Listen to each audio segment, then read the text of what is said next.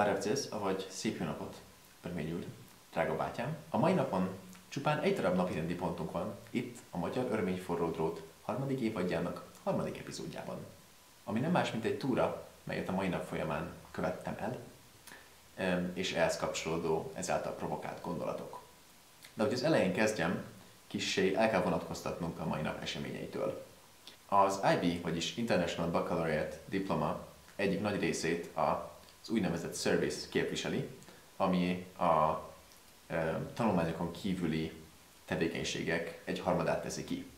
A három, melyből a KESZ összeáll, Creativity, Action és Service. A service jelenti gyakorlatilag az önkénteskedést vagy közmunkát.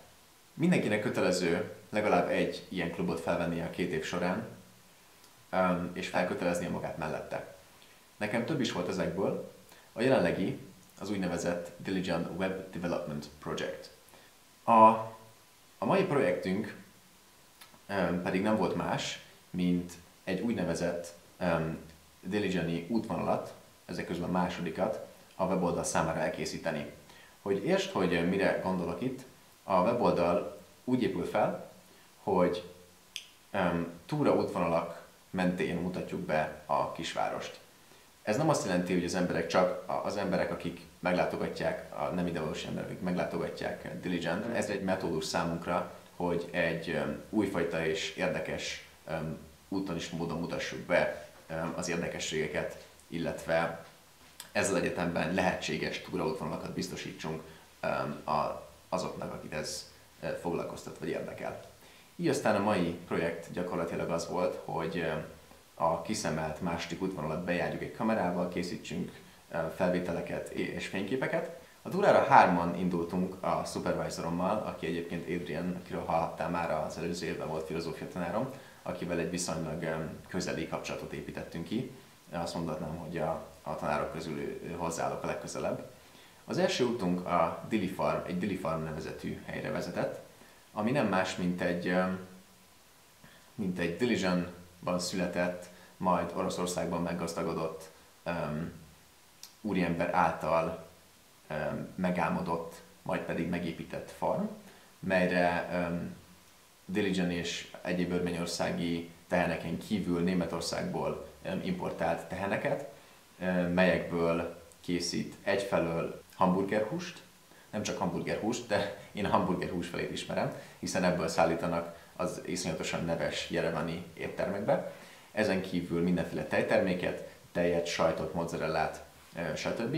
Ezekből is nem csak Jerevánba, de a határon túlra is küldenek. Ez egy nagyon nevezetes farm, viszont egy iszonyatosan szép helyen van. Egy kisebb emelkedő utáni tisztáson fekszik maga a farm. Már itt gyakorlatilag megihletett az a tény, hogy én még sohasem jártam itt, ugyan nem voltunk többre, mint mondjuk 5-6 perc autóval a sulitól. Nem csak a farm jellege miatt, de egy olyan kilátást biztosított minden irányba erről a kis tisztásról, hogy el voltam ámulva. A Dili Farmról egy Juktankang nevű Iker monostor felé vettük az irányt. Pontosan 1 héttel ezelőtt voltam én már ennél az Iker monostornál. Már akkor elgondolkoztam rajta, hogy én ezt miért nem láttam, hiszen valóban ez egy picit messze volt sétálva, talán több mint 1 óra, 1 óra 20 perc, viszont iszonyatosan gyönyörű tájakon mentünk keresztül, és maga az érintetlen természet, ami körülvett minket, és a csend nagy hatással volt rám. Ez alkalommal viszont egy kicsit följebb merészkedtem a kamerával egyetemben, de egy kicsit elbizonytalanodtam, mire följebb értem, hiszen nem vagyok az a túrázós típus, és főleg nem a hegymászós, ráadásul egy viszonylag drága kamerával a kezemben szakadtam felfelé az ilyen meredek hegyen. Cserébe viszont egy olyan adventurous oldalamat mutattam meg saját magamnak, amiről nem voltam eddig biztos, hogy bennem van. Az Iker monostoroktól pedig gyakorlatilag a városközpont, faluközpont, kisvárosközpont nevezzük így, afelé vettük az irányt, ugyanis az volt a terv, hogy a második útvonal magában fogja foglalni az egyik részét a kisváros központjának, ahonnan indulva megkezdhetik a túrát azok, akik erre vállalkozni szeretnének.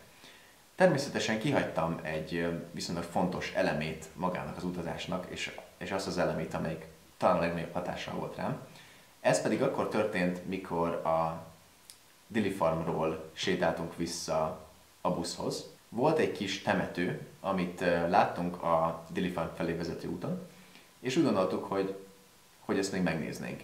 Tehát buszra szállás után ismét egy-két perc után megálltunk, kipattantunk és megnéztük a temetőt, amihez nagyon pici földutas utcákon kellett végigmennünk, csak egyen-kettőn, majd pedig kiértünk a temetőbe. Ez a temető is egy gyönyörű, pici tisztáson, és alatta pedig hatalmas szakadékkal állt. Most a hatalmas alatt nem értek többet néhány száz méternél, de az alatt a néhány száz méter alatt egy gyönyörű ellentmondás állt előttünk.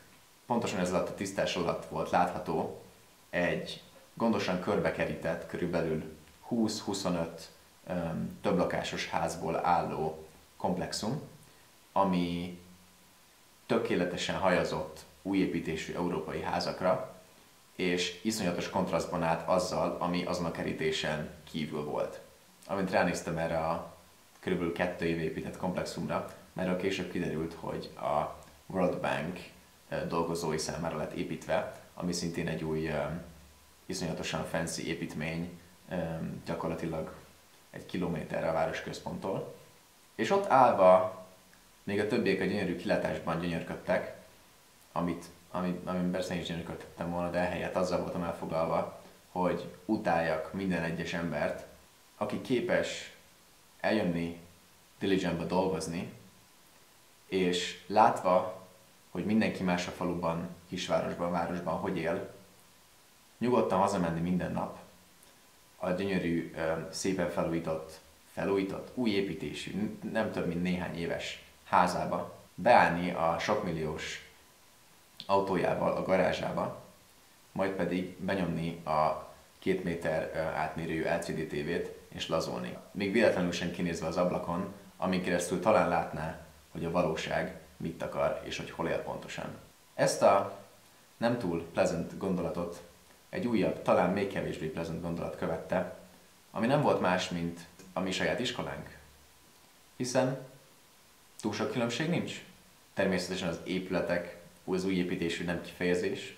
Iszonyatos luxusban élünk itt az összes többi emberhez képest az iskola falain kívül, és túl sokat mi sem törődünk velük. Így a temetőből azzal a gondolattal távoztam, hogy mit is csinálunk mi itt Örményországban, hiszen létrehoztak egy iskolát, ami nem más, mint egy kihelyezett nyugati kis gömböc.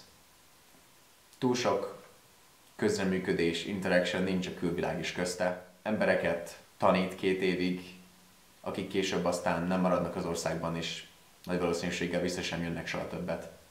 És elgondolkodtam, hogy az a 2 alapító, akik Diligenből származnak, és szintén Oroszországban gazdagodtak meg, és azzal az eltökélt szándékkal nyitották meg az iskolát, hogy ez majd elsősorban változásokat fog kezdeményezni Diligenben, és ezen felül Örményország egészében mekkora balfékek. Mert nem elég egy iskolát megépíteni, majd odaadni valaki tapasztalatnak a kezébe, hogy ó, vezesd, és majd visszanézünk egy pár év múlva. Ott kell lenni, mert nem az történik, aminek kéne. És talán késő, hogy ez nekem most esik le, de az a szilárd véleményem alakult ki, hogy ami itt zajlik, az egyszerűen nem más, mint ignorance, ignorance és ignorance. És szerintem ez nem méltó a UWC értékeihez.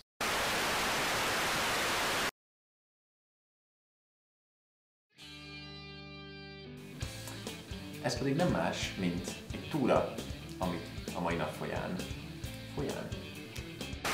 A service jelenti gyakorlatilag a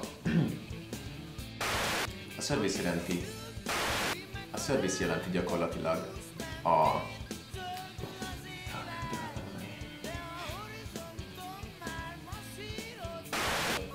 egy Juktankon nevezetű iker monastor. És bátorkodtam, és elkezdtem megmászni a sziklákat. What is happening to you?